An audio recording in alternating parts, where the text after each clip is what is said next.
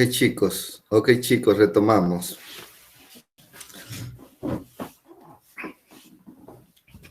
Pues bien, vamos a dar otro paseo, otro recorrido por la resistencia de materiales ya desde un punto de vista ya más técnico,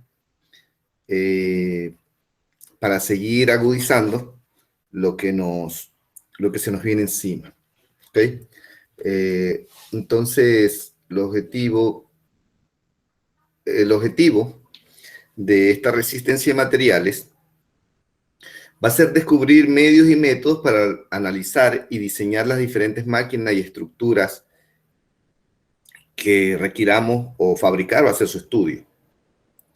Entonces, para eso, tenemos que analizar algunos tipos de métodos que van a determinar cuáles son los esfuerzos y cuáles son las informaciones que estos llevan.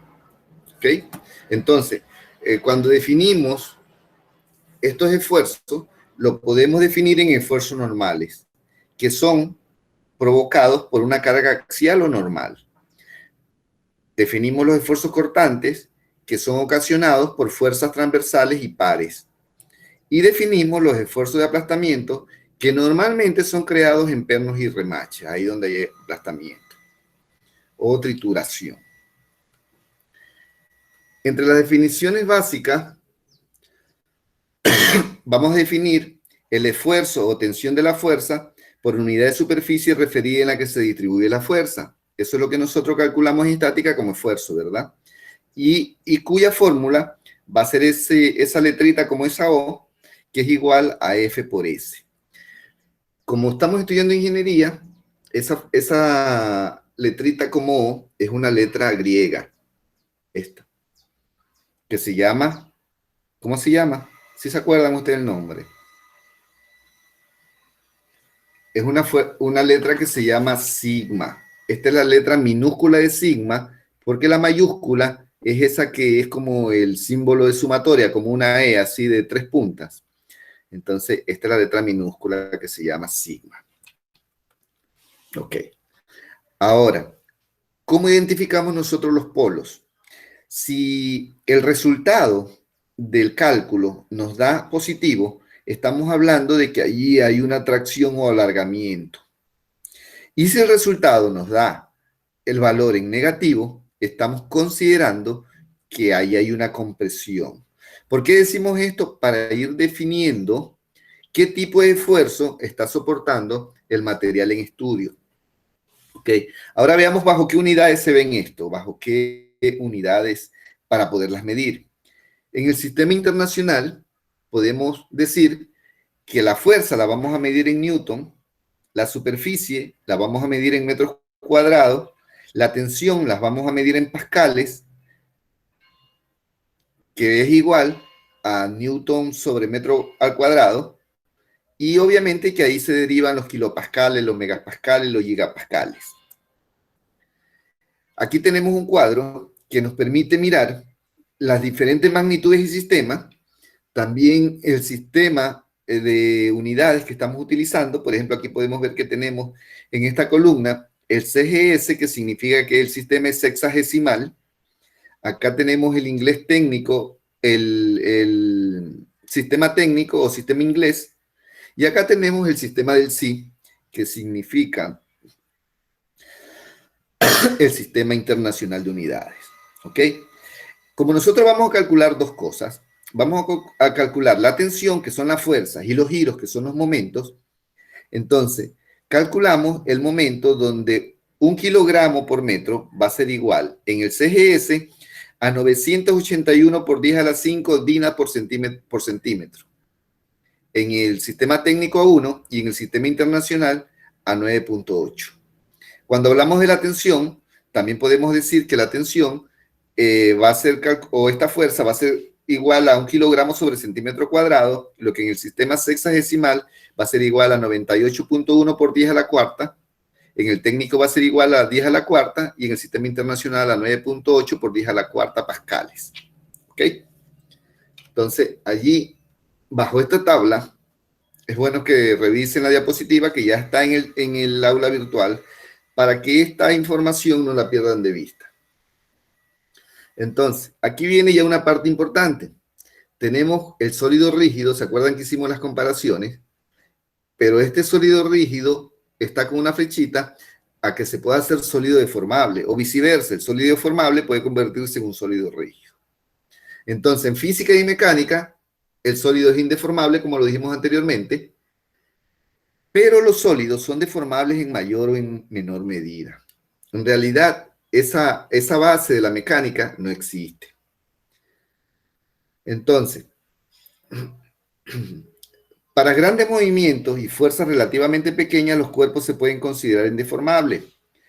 Es por eso que así se considera en cinemática y dinámica, inclusive en estática, ya que las deformaciones provocadas son despreciables, son muy pero muy pequeñas respecto al movimiento a que están sometidos o respecto a las fuerzas a las que están sometidas.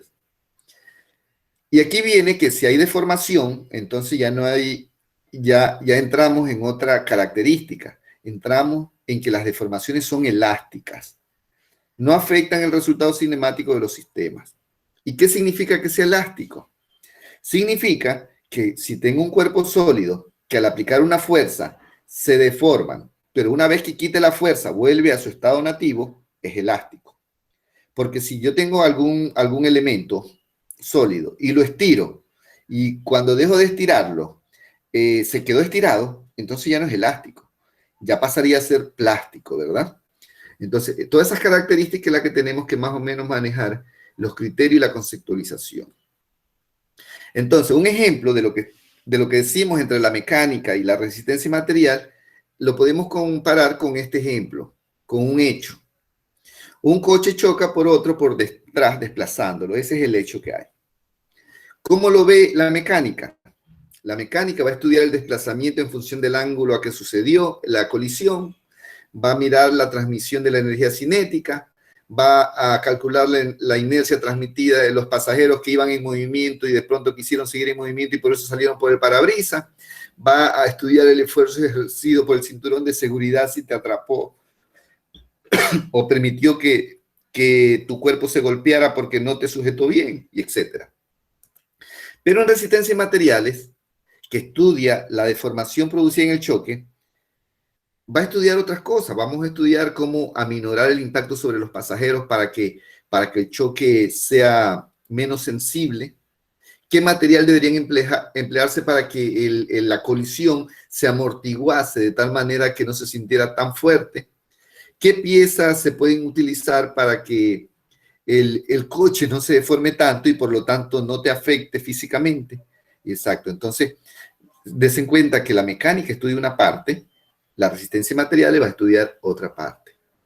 Entonces, esto de aquí nos lleva a que, por ejemplo, en física, si yo tuviera este elemento aquí sólido y yo lo estiro hacia un lado o hacia el otro lado, se va a mover esta masa de aquí, se va a mover dependiendo de la fuerza que yo aplique en uno de sus extremos. En este caso, como ambas fuerzas son iguales, esto no se va a mover, ¿verdad? Y es lo que me lleva a estudiar la estática. Pero aquí vamos un poquito más allá de eso. Como estos vectores o estas fuerzas que están aquí son iguales, esto no se mueve. Y aparentemente este cuerpo que está aquí se mantiene intacto. Pero la realidad es otra. La realidad es que si las fuerzas son iguales y se estiran mucho y son muy fuertes, va a hacer que este cuerpo se estire. O sea, no se va a ir para ninguno de los dos lados, pero sí se va a estirar. Y cuando se estira, ¿qué ocurre? Que cuando se estira, se hace más largo. Hay una elongación aquí. Pero también hay una reducción de la sección en la parte transversal. Entonces, es por eso que se ve un poquito complicado esta parte. ¿Ya? Entonces, la ciencia que estudia la capacidad mecánica doble de los materiales frente a las tensiones y frente a las deformaciones, así como la forma y dimensiones que deben tener los elementos resistentes para soportar unas determinadas cargas, es lo que se llama resistencia de materiales. Ahora veamos, entre la misma conceptualización que estamos repasando, que es un sólido elástico. Un sólido elástico, como se lo dije antes, es aquel que frente a acciones exteriores se deforma, pero una vez que ya no hay fuerza que estemos aplicando en ese cuerpo, vuelve a su estado normal. Hagamos de cuenta que tenemos una liga. Una liga la estiramos y obviamente que se hace más larga, pero en el momento que dejamos de estirarla, que dejamos de aplicar esa fuerza, esa liga vuelve al tamaño normal. Sin destruir su estructura. Eso es un sólido elástico. Entonces, la deformación elástica es reversible, o sea que es elástico mientras estamos aplicando fuerza y cuando ya no aplicamos ninguna fuerza, vuelve a su posición normal. Es totalmente reversible. Entonces, definimos elasticidad como la propiedad que tienen los sólidos de dejarse deformar ante la presencia de acciones, fuerzas o pares.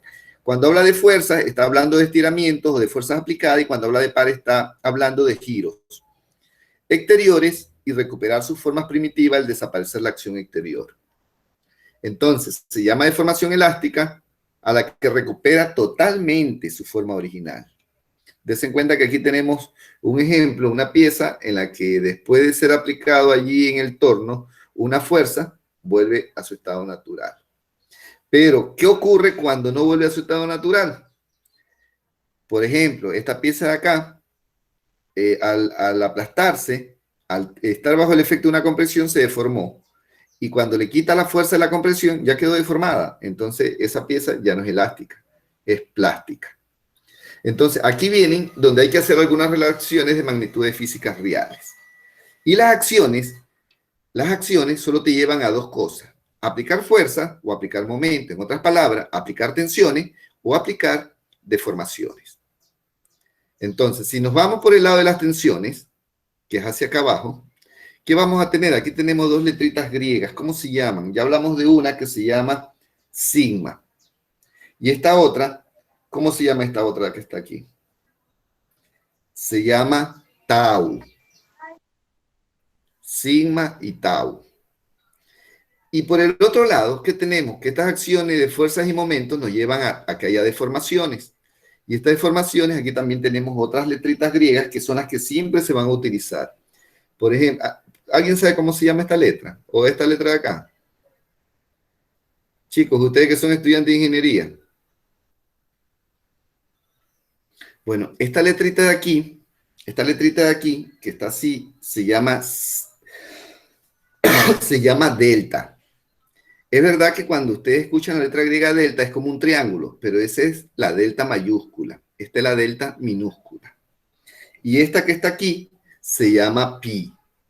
Obviamente que esta es la pi mayúscula, porque la pi minúscula, sigan el cursor, es así, como una P así.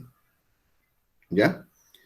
Entonces, cuando se une una deformación con una tensión, llegan a que existan los alargamientos unitarios. Y cuando existen alargamientos unitarios, nosotros vimos esta letrita E de esta forma en estática para ver las deformaciones, ¿verdad? Esta letra se llama epsilon. Es una letra griega que se llama epsilon. Y esta es la letra, en el epsilon, esta es la letra minúscula.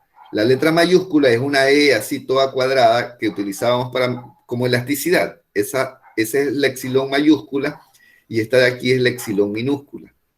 Y esta aquí como una Y, es una letra que se llama gamma, ¿verdad? No es yeta, es gamma. ¿Por qué necesitamos identificar letras griegas y todo esto?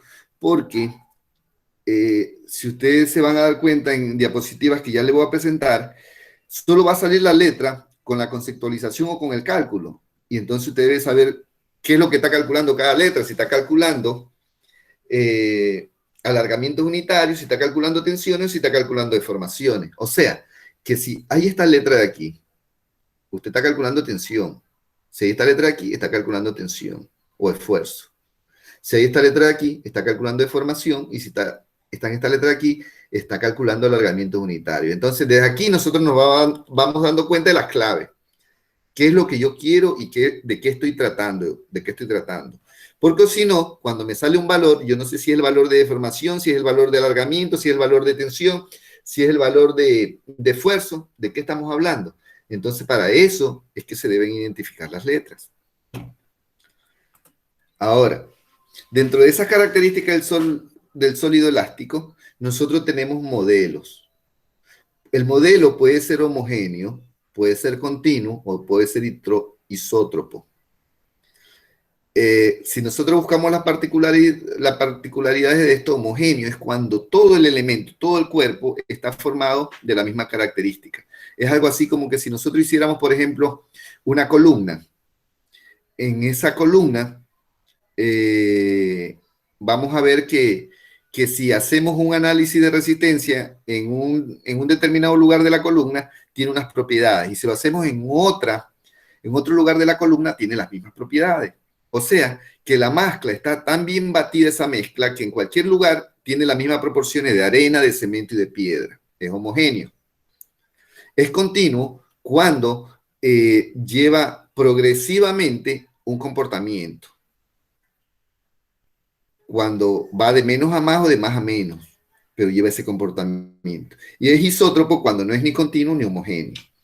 Entonces, igual que en la estática, aquí vamos a analizar el equilibrio estático, pero versus el equilibrio elástico.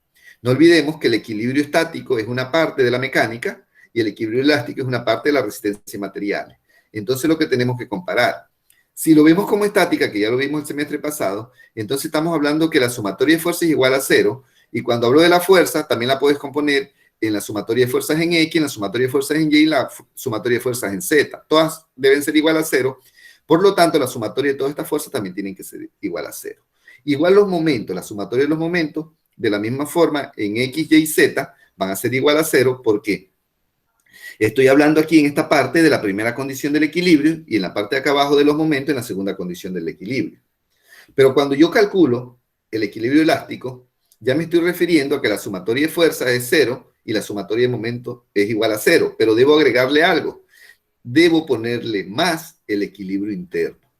O sea, que cada una de las secciones sea capaz de soportar los esfuerzos internos. O sea, no solo que hay una fuerza y un giro, sino que también los soporte. Porque yo puedo calcular la fuerza que hace una varilla de hierro, puedo calcular los giros en esa varilla de hierro, pero también necesito calcular cuánto soporta esa varilla de hierro, que en estática nunca lo vimos, pues obviamente. Por ejemplo, si nosotros nos ponemos a mirar qué tenemos aquí en esta figura, tenemos un prisma mecánico, ¿verdad? Un prisma al cual hemos hecho aquí una línea de referencia, un eje, para que si yo lo muevo este prisma, lo pueda calcular en los diferentes posicionamientos de traslado que tiene. Pero, ¿por qué es importante esto? Esto es importante porque al ser esto un prisma, si yo le pongo un eje en el centro, yo no sé para qué lado va a girar, porque es una pieza que tiene una forma totalmente irregular. Tampoco sé hacia dónde están dirigidas su fuerza y todo eso. Y como esto de aquí es una molécula o un cuerpo en el espacio, obviamente que tengo que calcularlo en 3 dimensiones.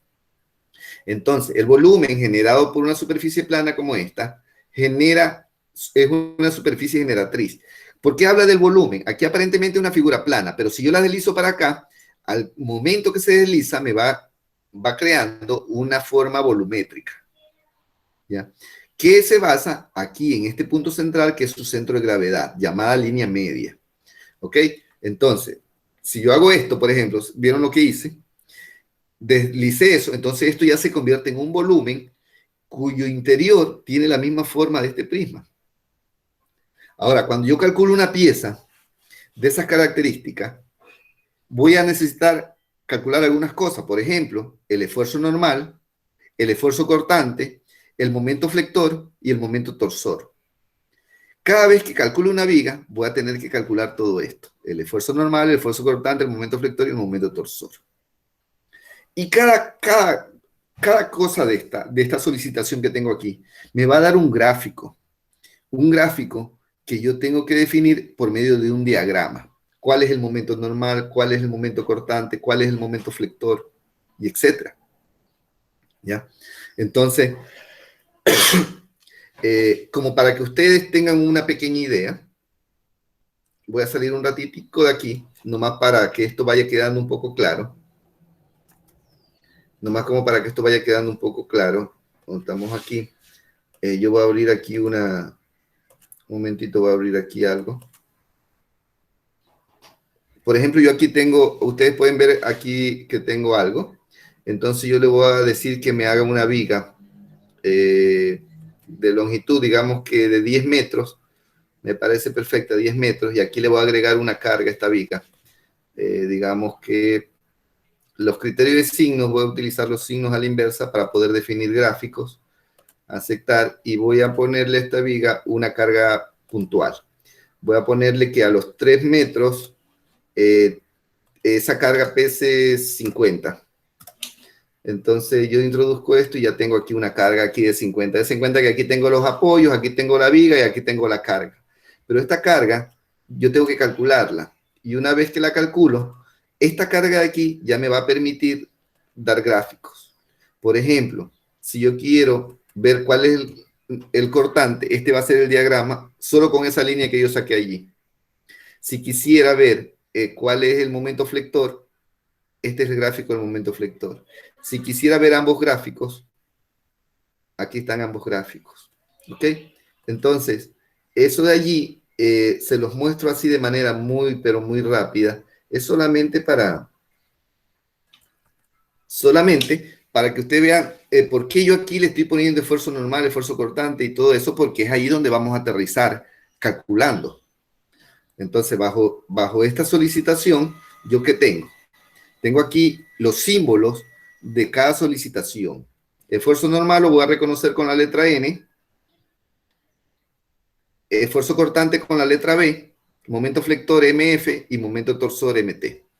Y aquí vienen los efectos. El esfuerzo normal, ¿qué produce? Alargamiento. El esfuerzo cortante produce deslizamiento. El momento flector produce giro de flexión y el momento torsor produce giro de torsión. Continúo y voy a encontrarme con las letritas que tenía aquí.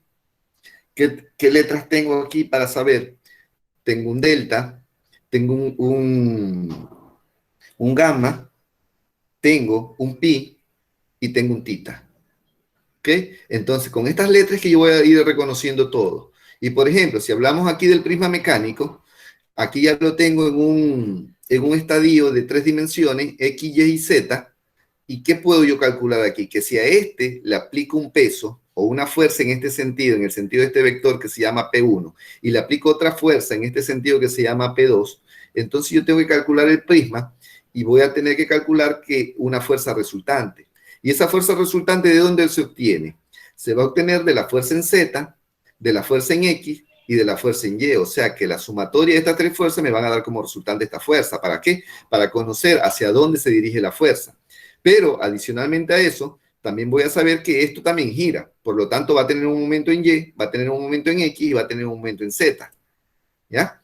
Entonces, bajo esos componentes de la tensión, entonces yo voy a calcular aquí un diferencial que va a ser el resultado, igual que si tengo un diferencial de fuerza, voy a tener que va a ser el resultado el diferencial de la fuerza normal, que va a ser el diferencial de la fuerza en T, y que va a ser el diferencial de la fuerza en X, aquí. Ok, bajo estos componentes de aquí, se proceden a aplicar la fuerza sobre la sección o sobre la sumatoria de esta superficie, donde en este caso, DF va a ser igual a DF normal más DFT. Y de aquí para acá, esto también es bueno que lo tengamos presente, porque cuando yo calculo tensión, va a ser el equivalente de la fuerza sobre la superficie. Cuando calculo esa diferencia de fuerza normal, va a ser la tensión normal, y cuando calcule T, va a ser la tensión cortante. Entonces, como ustedes pueden ver, nosotros vamos a jugar con algunas formulitas para poder establecer en la unidad 4 todo lo que ocurre en una viga. Obviamente que esto de aquí también me da como resultado el esfuerzo, que va a ser igual al esfuerzo normal por el tau. Lo que me llevaría al teorema de Pitágoras, porque aquí prácticamente ya formé una figura geométrica donde el sigma al cuadrado va a ser igual al sigma normal al cuadrado más el tau al cuadrado. O sea, estoy hablando de una manera pitagórica. Como conclusión de esta parte, tengo que el objetivo de la asignatura es descubrir medios y métodos para analizar y diseñar las diferentes máquinas y estructuras portantes. Los métodos que vamos a analizar se basan en la determinación de esfuerzos y deformaciones, como lo vimos en estática. Podemos también concluir que la resistencia de materiales, entonces, es la ciencia que estudia la capacidad mecánica doble de los materiales frente a las tensiones y frente a las deformaciones, así como su forma y dimensiones, que deben tener los elementos resistentes para soportar unas determinadas cargas que son las fuerzas exteriores que se apliquen, sin que sus tensiones internas sobrepasen las máximas admisibles del material para que pueda soportar, ni las deformaciones tampoco superen a las fijadas por las normas o el buen uso para que sea cómodo y sea óptimo. Los sólidos, entonces sabemos que son deformables en mayor o menor medida, que no es como lo dice la ciencia mecánica. Las deformaciones elásticas no afectan el resultado cinemático de los sistemas y la deformación elástica es reversible. Este es el resumen ya de todo lo que hemos hecho. Los vectores, tal como lo vimos en el prisma mecánico, se consideran fijos y van a depender del punto de donde se aplique. Entonces, el equilibrio elástico va a ser igual al equilibrio estático más el equilibrio interno. Y los modelos que se utilizan para poder hacer esto son los modelos homogéneos, los modelos continuos y los modelos isótropos. Bajo esa particularidad, nosotros ya hemos entrado ya en un diagnóstico más claro de lo que tenemos que ver como ciencia. ¿Ok? Ahora, bueno, primero, no sé si tengan preguntas que hacer sobre esta introducción que le hice aquí.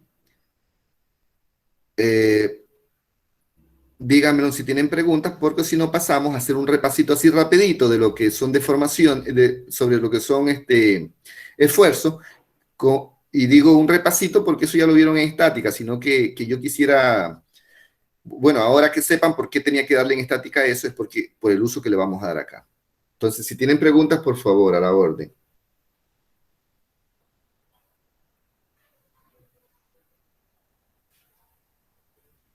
Bueno, parece que está todo sumamente claro.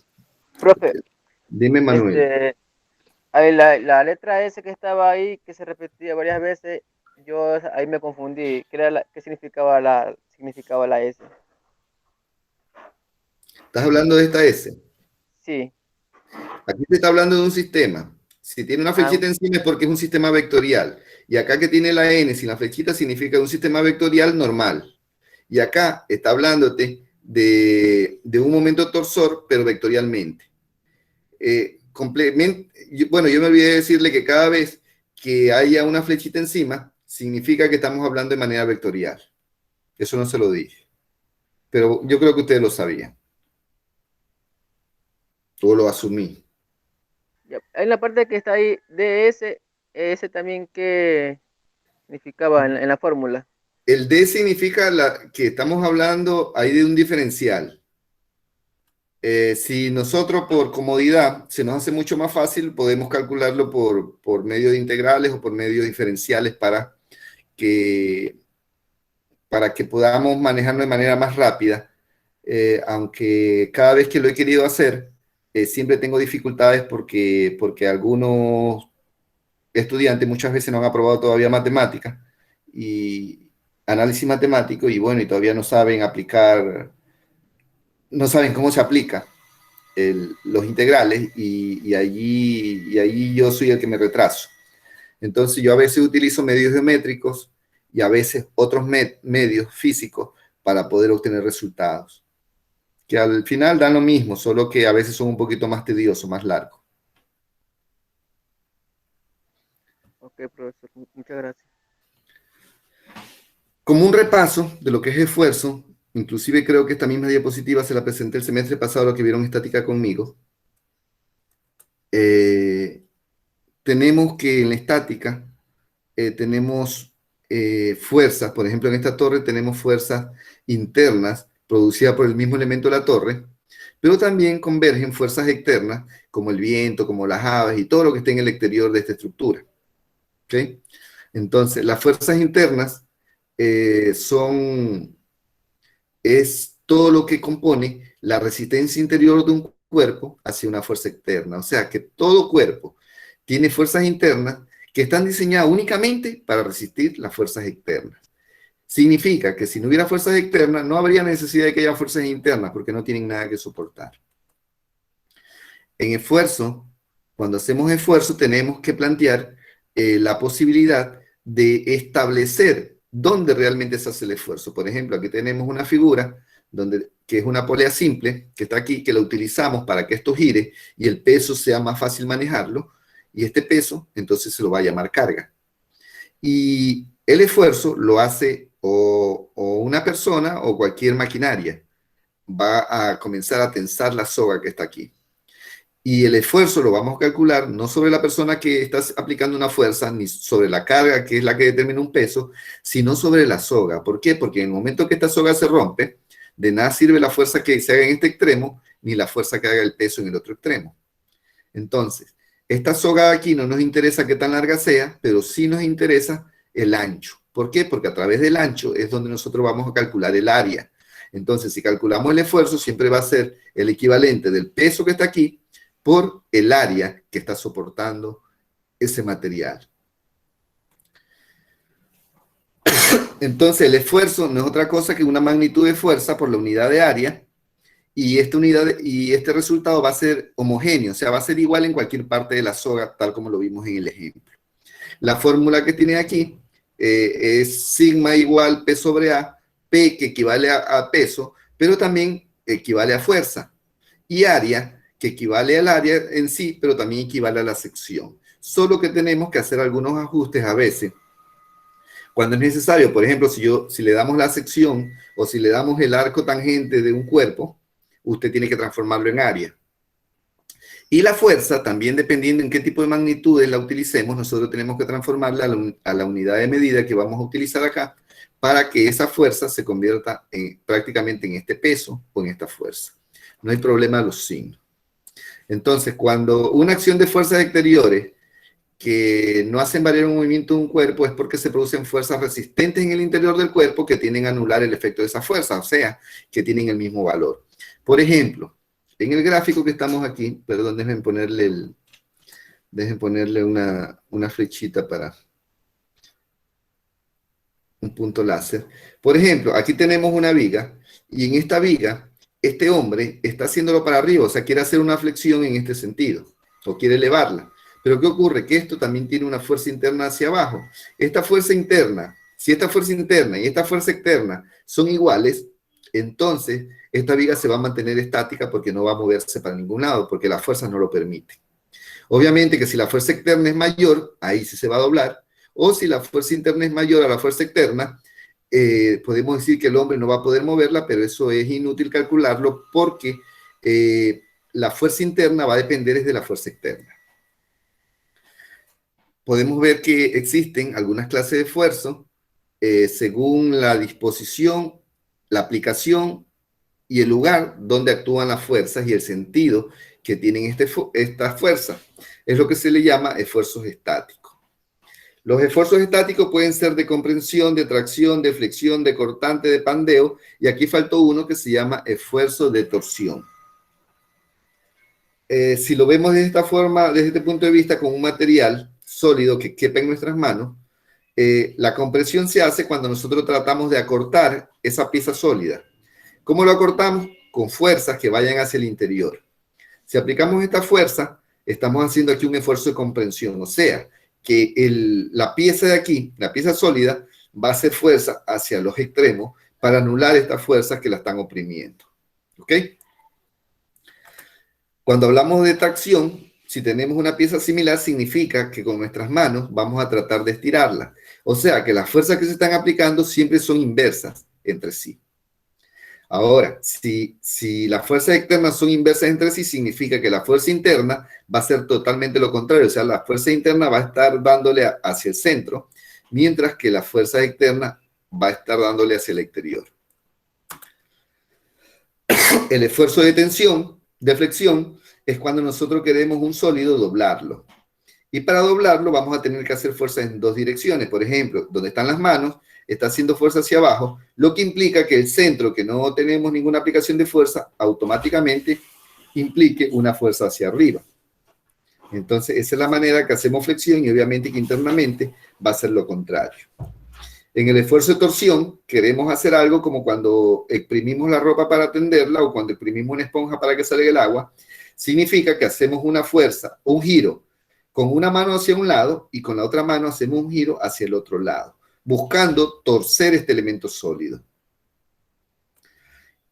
También tenemos un esfuerzo de pandeo, que es cuando nosotros queremos hacer una compresión, pero la lámina es tan fina que tiende a doblarse en todo lado. Por ejemplo, si yo tuviera una hoja de papel y quiero comprimirla por lo finita que es, no voy a poder comprimirla. Lo que va a hacer es que se me va a doblar en cualquier lado. Entonces, eso es lo que se llama pandeo, cuando adopta las formas como de la hoja de zinc, adopta una forma como de bolas. Y el esfuerzo cortante es cuando yo trato de deslizar una parte del mismo elemento hacia otro lado. O en otras palabras, lo trato de romper o lo trato de cortar. ¿Ok? Tal como vemos aquí con las manos, estamos tratando de cortar aplicando fuerza para un lado o fuerza para el otro lado, pero en sentido recto, sin giro. Y estos tipos de esfuerzos, ya en un resumen, nos generan que tenemos fuerza, que tenemos momentos, que tenemos esfuerzos compuestos y tenemos esfuerzos variables. Entonces, ¿qué genera la fuerza? Va a generar desplazamiento. ¿En dónde? En el plano longitudinal y en el plano normal. Entonces, aquí caben los esfuerzos de cortadura o cortante, el esfuerzo de compresión y el esfuerzo de tracción. Cuando hablamos de giros, estamos hablando que también el plano contiene el eje longitudinal y contiene el plano normal en el eje longitudinal, o sea que estamos hablando en el primer caso de la flexión y en el segundo caso de la torsión. Cuando hablamos de compuestos, significa que el mismo elemento sólido puede estar sometido a varias fuerzas a la vez, a varios tipos de esfuerzos a la vez. Y cuando hablamos de los esfuerzos variables, estamos diciendo que un esfuerzo en un momento puede cambiarse a otro esfuerzo en otro momento. O sea, se puede alternar con otros tipos de esfuerzo. Si lo vemos aquí, déjame ver si por aquí debe decir play.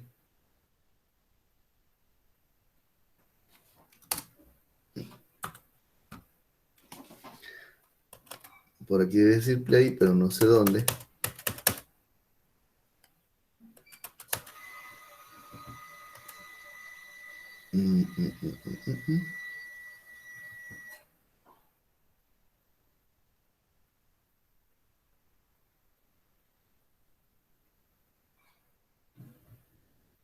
Aquí.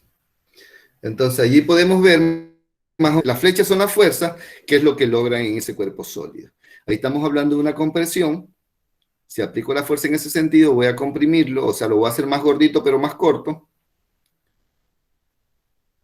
Asimismo, si las fuerzas se invierten y cambian de sentido, como en este caso, van a procurar alargar esa pieza y cuando se alarga, obviamente que va a ser más delgada en la parte central, ¿verdad? Eso es alargamiento, es lo que llamamos elongación y eso es lo que produce. Si vemos otro tipo de esfuerzo, vamos a ver que ahí hay flexión, des en cuenta que eso no es recto, eso hace que la pieza tenga prácticamente un giro, y es lo que estamos hablando ahí de una flexión cuando no existe un apoyo en la parte central que evite que el cuerpo sea flexible. Asimismo, des en cuenta ahí estamos haciendo giros, pero uno en sentido contrario al otro, como que si estuviéramos torciendo ropa para tenderla, para que salga el agua. Entonces eso es lo que se llama esfuerzo de torsión. Y asimismo, después de ese esfuerzo de torsión, tenemos cuando hay un cortante. ¿Qué es lo que hay? Un deslizamiento. ¿Por qué? Porque una fuerza está aplicada en sentido inverso al otro, pero no en el mismo punto, sino muy cerca de ese punto, lo que hace que una parte de la pieza se vaya para un lado y la otra parte se vaya para el otro lado. Entonces estamos hablando de cortante y eso es lo que tenemos que calcular en las vigas, que no se rompan. Entonces, ya con esa parte de aquí, nosotros podemos decir que de una u otra manera ya hicimos el repaso de lo que teníamos que repasar acá. Déjenme poner aquí y dejar de presentar. Hemos hecho un repaso, hemos hecho un recorrido de lo que se nos viene. Yo creo que todo lo que vieron estática conmigo no van a tener problema porque si ustedes se dan cuenta, ya es prácticamente lo mismo, pero solo que le vamos a agregar un grado de dificultad. Y no sé si aquí también hay alumnos que vieron estático con algún otro profesor que deben estar en las mismas condiciones preparados para este curso de resistencia de materiales, que desde ahora me atrevo a decirle que es un curso bastante complejo, que es un curso que tienen que ponerle esmero, dedicación, y sobre todo ahora que manejamos un curso que prácticamente se maneja solo, porque todas las actividades del curso ya están definidas dentro del aula virtual a la que usted debe complementar y donde tiene toda la información que necesita para desarrollar este curso con éxito. El día de hoy yo debo entregarle a ustedes una tarea que deben entregármela en 2 semanas. No tengo, más tardecito se la dejo, y para las personas que no hayan estado presentes, voy a dejarle también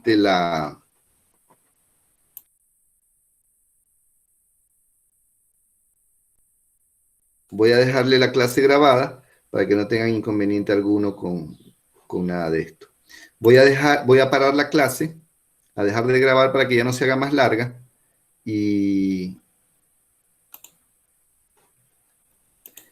y seguir conversando con ustedes en caso que necesiten hacer alguna otra pregunta puntual.